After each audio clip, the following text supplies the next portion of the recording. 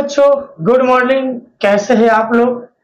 तो बच्चों, आज हम लोग क्लास 12 का एक इम्पोर्टेंट टॉपिक जिसका नाम है electric field due to equatorial position, यानी इक्वेटोरियल पोजीशन के कंडीशन में हमें इलेक्ट्रिक फील्ड का वैल्यू फाइंड करना है।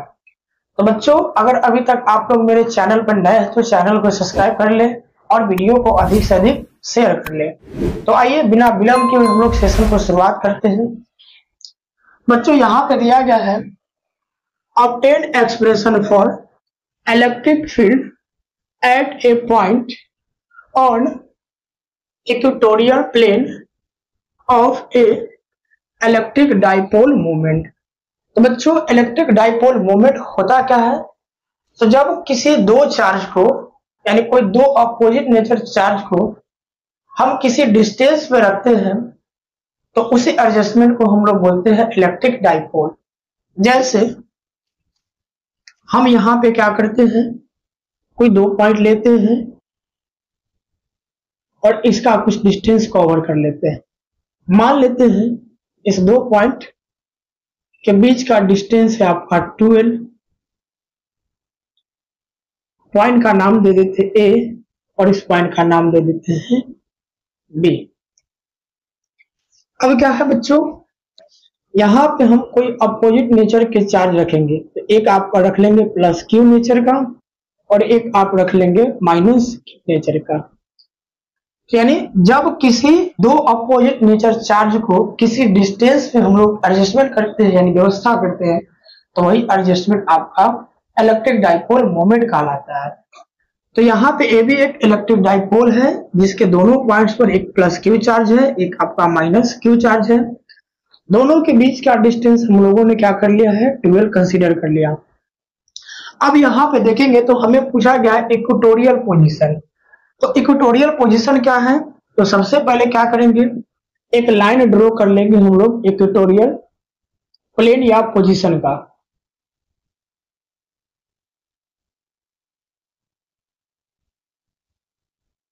तो यहाँ पे हमने एक इक्वेटोरियल लाइन को कंसीडर किया है जो डाइपोल ए बी को परपेंडिकुलर बाइसेक्ट करती है, यानी डाइपोल ए बी पर परपेंडिकुलर भी है और दोनों को बाइसेक्ट करती है, यानी इक्वल टू पार्ट्स में डिवाइड करती है।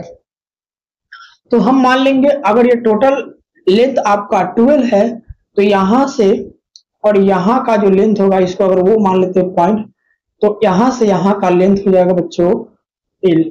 सिमिलरली ओ से बी का भी लेंथ देखेंगे तो आपका क्या हो जाएगा, एल हो जाएगा।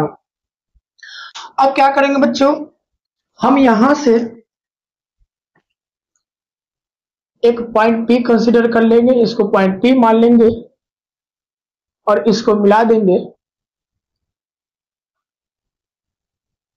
फिर उसी प्रकार पी को बी से मिला देंगे तो ये आपका ओपी जो हो जाएगा, ये डाइपोल ए बी का इक्वेटोरियल लाइन के तरह बिहेव करेगा और ए बी डाइपोल को ये क्या करेगा, दो बराबर भागों में बांटेगा। बच्चों, अगर हम इसको थीटा मान लेते हैं तो ये भी आपका थीटा हो जाएगा। क्यों? क्योंकि ये इसको दो इक्वल पार्ट में बांटती है, तो ये जितना लाइन होगा ये भी उतना ही हो जाएगा। तो ये थीटा होगा तो ये भी आपका क्या हो जाएगा, थीटा हो जाएगा। बच्चों, अब देखेंगे तो आपका पी ए ओ और पी ओ बी दो राइट एंगल ट्रायंगल बनती है। तो हम क्या करने वाले हैं, सबसे पहले ट्रायंगल पी ओ ए में चलेंगे और पाइथागोरस पर में लगाएंगे। तो देखेंगे यहाँ पे, तो लिखेंगे triangle in triangle P O A, उसमें चलेंगे तो पाइथागोरस प्रमेय के अकॉर्डिंग क्या होता है बच्चों, हाइपोटेनस का स्क्वायर इक्वल टू बेस का स्क्वायर प्लस परपेंडिकुलर का स्क्वायर होता है। या अगर हम लोग हाइपोटेनस एच मान लेते हैं तो एच का स्क्वायर पी का स्क्वायर प्लस बी का स्क्वायर हो जाएगा। बच्चों, यहाँ पे देखेंगे तो एच आपका एपी है, तो यहां से हम लोग एच की जगह क्या लिख लेंगे, एपी का स्क्वायर, पी आपका हो जाएगा ओपी, तो ओपी का स्क्वायर प्लस बी देखेंगे तो आपका ओए हो जाएगा, तो ओए का स्क्वायर। स्क्वायर इधर से हटाएंगे बच्चों तो इधर रूट चढ़ जाएगा, तो आपका हो जाएगा ओपी स्क्वायर प्लस ओए स्क्वायर। ओपी का वैल्यू कुछ नहीं है, तो थोड़ा देर के लिए इसको हम लोग मान लेंगे आर। तो बच्चों ओपी की जगह हम लोग वहां से सब्स्टिट्यूट कर लेंगे आर, तो हो जाएगा आर का स्क्वायर, ओ का वैल्यू एल है, एल स्क्वायर हो जाएगा, यानी इसको इक्वेशन हम लोग 1 मान लेंगे। सिमिलरली अगर हम लोग ट्रायंगल पी ओ बी में चलेंगे तो सिमिलरली आपका ये वैल्यू जो आने वाला है यही वैल्यू आएगा R square plus L square. यहां भी क्या आया है R square plus L square. बच्चों similarly in triangle B O P, अब हम लोग चलेंगे ट्रायंगल बीओपी में, तो बीपी निकालेंगे, तो बीपी इक्वल टू सिमिलरली क्या मिल जाएगा हमें R square plus L square. इसको हम लोग मान लेंगे इक्वेशन 2, यानी देखेंगे तो यहाँ भी राइट एंगल ट्रायंगल है, यहाँ भी राइट एंगल ट्रायंगल है, तो इसमें भी हाइपोटेनस आपका एपी है, तो इधर भी आपका बीपी है, तो सिमिलरली क्या हो जाएगा जितना वैल्यू आपका एपी का होगा उतना ही वैल्यू आपका पीबी का हो जाएगा। अब बच्चों हम लोग जानते हैं चूंकि electric field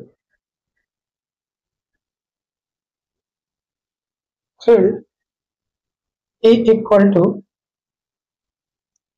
1/4 pi epsilon naught into Q upon R square. तो जब यहां से हम प्लस क्यू चार्ज के लिए निकालेंगे तो हमें क्या मिलने वाला है ये निकाल लेंगे हम प्लस क्यू चार्ज के कारण, तो क्या हो जाएगा 1/4 pi if naught into Q. दूरी देखेंगे तो प्लस क्यू चार्ज का दूरी जो है पॉइंट पी से आपका एपी है, तो एपी का वैल्यू यहाँ पर जैसे ही रखेंगे तो root under R square plus L square का स्क्वायर हो जाएगा। अब स्क्वायर से रूट कट जाएगा बच्चों, तो फाइनली हमें क्या मिल गया ई प्लस क्यू चार्ज के कारण देखेंगे क्या हो गया 1/4 pi if naught into Q upon R square plus L square. बच्चों इसको हम लोग मान लेंगे इक्वेशन 3।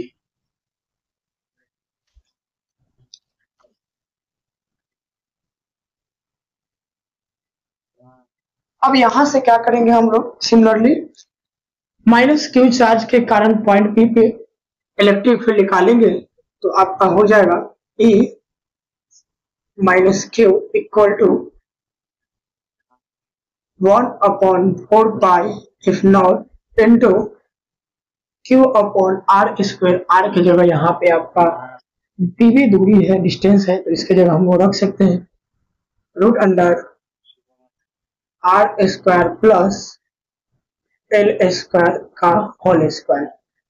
जो भी यहाँ पे आर स्क्वायर था इसका स्क्वायर हो जाएगा, स्क्वायर से रूट कट जाएगी बच्चों, तो क्या हो जाएगा आपका minus Q E minus Q equal to 1/4 pi if naught into Q upon R square plus L square. इसको हम लोग मान लेंगे इक्वेशन 1। बच्चों अब ध्यान देना है जैसे हम लोग ए को पी के डायरेक्शन में आगे बढ़ाएंगे तो ये हमें मिल जाएगा ए प्लस क्यू, और अगर हम क्या करेंगे इसी को, क्योंकि नेगेटिव चार्ज नीचे है तो इसको अगर हम लोग बैकवर्ड डायरेक्शन में अगर बढ़ाते हैं तो इलेक्ट्रिक फील्ड हमें मिलने वाला है बच्चों, इलेक्ट्रिक फील्ड हमें मिलने वाला है E माइनस क्यू। अब क्या करेंगे, यहां से एक, अच्छा जब यहां से दोनों का हम एक कॉमन इलेक्ट्रिक फील्ड का मैग्नीट्यूड निकालते हैं तो वो आपका बन जाएगा E। अब पॉइंट P पर दोनों का कॉमन इलेक्ट्रिक फील्ड जो होगा, यानी यहाँ पे जो इलेक्ट्रिक फील्ड जो होगा दोनों का कॉमन, वो आपका E हो जाएगा। तो अब यहां से हम देखेंगे ज्योमेट्री के अकॉर्डिंग, तो ये अगर आपका थीटा है तो ये भी आपका थीटा हो जाएगा। क्यों होगा, तो हम लोग क्लास 9th में थ्योरम पढ़े थे कि कोई दो पैरेलल लाइन को कोई तिर्यक छेदी रेखा किसी पॉइंट पे काटती है तो आपका संगत कोण बराबर होती है। तो अगर ये थीटा है तो ये भी थीटा हो जाएगा। उसी प्रकार कोई दो पैरेलल लाइन को कोई तिर्यक छेदी रेखा किसी पॉइंट पे काटती है तो अंतर एकांतर कोण भी बराबर होती है। तो उसी प्रकार यहाँ का अगर ये थीटा है तो ये भी आपका अंतर एकांतर कोण हो जाएगा और ये भी आपका क्या मिल जाएगा, थीटा मिल जाएगा। बच्चों यहाँ पे एक चीज ध्यान रख लेना है, जब दोनों का कॉमन पॉइंट P है, यानी E प्लस क्यू चार्ज के लिए भी और E माइनस क्यू चार्ज के लिए भी कॉमन पॉइंट P है, तो उसका common magnitude of electric field भी आपका E है। तो यहाँ पे देखेंगे तो E का जो वैल्यू आने वाला है, यानी इसका भी वैल्यू और इसका भी वैल्यू आने वाला है E, इसका भी, यानी यहां से अगर निकाल लेंगे तो इसके कारण जो कॉमन यानी कॉमन मैग्नीट्यूड आएगा इलेक्ट्रिक फील्ड का, तो वो आपका होगा E cos थीटा, कॉमा इसका भी निकालेंगे माइनस चार्ज के कारण भी, तो E cos थीटा। यानी दोनों ही कंडीशन के लिए क्या हो जाएगा कि आपका common electric field E cos theta E plus Q charge के लिए भी और E माइनस क्यू चार्ज के कारण भी E cos थीटा और E cos थीटा। तो अगर हम लोग पॉइंट P पे if on point P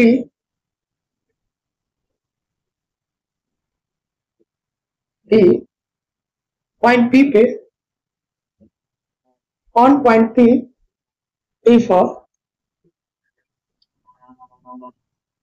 total electric field E, तो E का जो वैल्यू निकालने वाला है टोटल का सम होगा। तो टोटल का सम यानी E प्लस क्यू चार्ज का भी सम और E माइनस क्यू चार्ज का भी सम।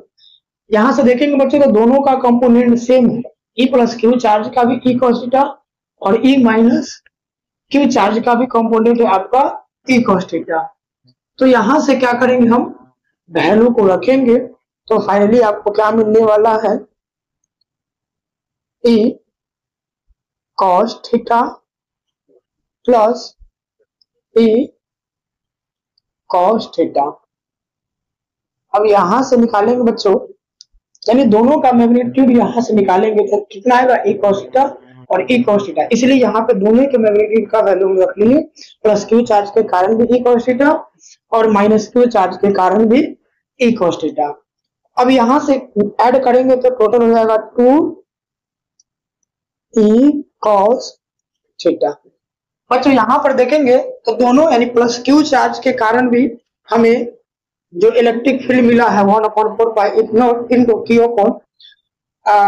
Upon R square plus L square, और यहाँ भी देखेंगे माइनस क्यू चार्ज के कारण भी 1/4 पाई इग्नोर into Q upon R square plus L square. तो दोनों में से किसी एक का वैल्यू आप यहाँ पे सब्स्टिट्यूट कर सकते हो, तो आपको क्या मिल जाएगा बच्चों, E इक्वल टू E की जगह हम लोग किसी एक को रख लेंगे, या तो इसको रख लीजिए या तो इससे रख लीजिए। क्यों, क्योंकि पॉइंट P पे दोनों का कॉमन मैग्नीट्यूड निकलने वाला है। तो यहाँ से E का वैल्यू रखेंगे जैसे ही हम लोग, तो आपको क्या मिलने वाला है, 1/4 pi if naught into Q upon R square plus L square into cos theta. बच्चों यहाँ से हम क्या करने वाले हैं, E equal to 2/4 pi if naught into Q upon R plus L square को ऐसे ही लिख लेते हैं इंटू कॉस थीटा कर लेते हैं और इसको मान लेते हैं इक्वेशन 5। बच्चों आप ध्यान देंगे किसी एक राइट एंगल ट्रायंगल में हम लोग चलेंगे, यानी या तो इसमें चलिए पी ए ओ में या ए ओ पी बोलिए, या तो पी ओ बी में या बी ओ पी, किसी एक में चलेंगे। तो हम चलते हैं इन ट्रायंगल पी ओ ए, यानी पी ओ ए में चल रहा है तो ये भी एक राइट एंगल ट्रायंगल बन रहा है। तो बच्चों cos थीटा इक्वल टू होता है b upon h। cos theta equal to b का वैल्यू क्या हो जाएगा, तो थीटा ये है तो b आपका ये हो जाएगा l, या थोड़ा सा इसको समझा के हम लोग लिख लेंगे b कौन हो जाएगा बच्चों, o a हो जाएगा और हाइपोटेनस देखेंगे तो आपका AP हो जाएगा। cos theta equal to L upon क्या मिल गया हमें, root under R square plus L square. बच्चों इसको थोड़ा देर के लिए हम लोग मान लेंगे इक्वेशन 6। अब क्या करेंगे, वैल्यू को पुट मतलब समीकरण 6 का मान हम लोग पुट करने वाले हैं किसमें, 5 में। यहाँ लिख देंगे पुट द वैल्यू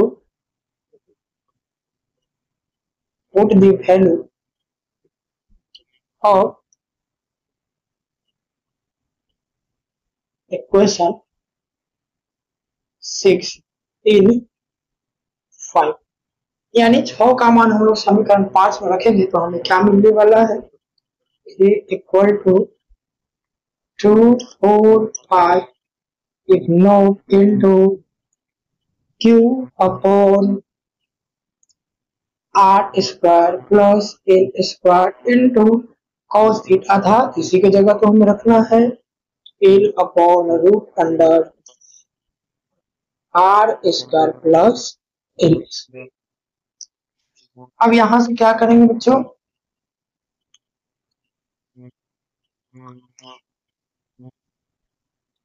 रूट का वैल्यू होता है 1/2। यहां से जब हम लोग फाइनली निकालेंगे ई का वैल्यू तो हमें क्या मिलने वाला है, 1/4 पाई if not into L Q into 2L Q into 2L by R plus L square into 1 by R square plus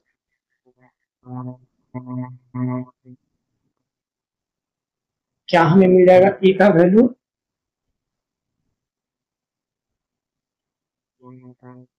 1/4 pi if naught into Q into 2L, यानी ये 2 को L के साथ लिख लेंगे, Q को पहले लिख लेंगे, by R square plus L square into 1/, इसको रूट को हटाएंगे तो पावर आपका हो जाएगा 1 plus R square plus L square का पावर 1/2।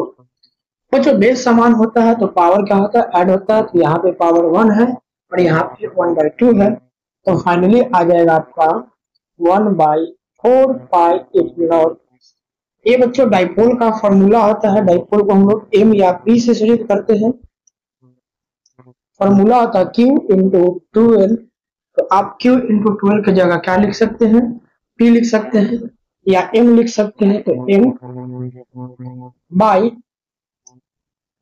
इसको जब ऐड करेंगे बेस समान है यानी इक्वल है तो पावर ऐड हो जाएगा, तो फाइनली आ जाएगा R square plus L square का पावर 3/2।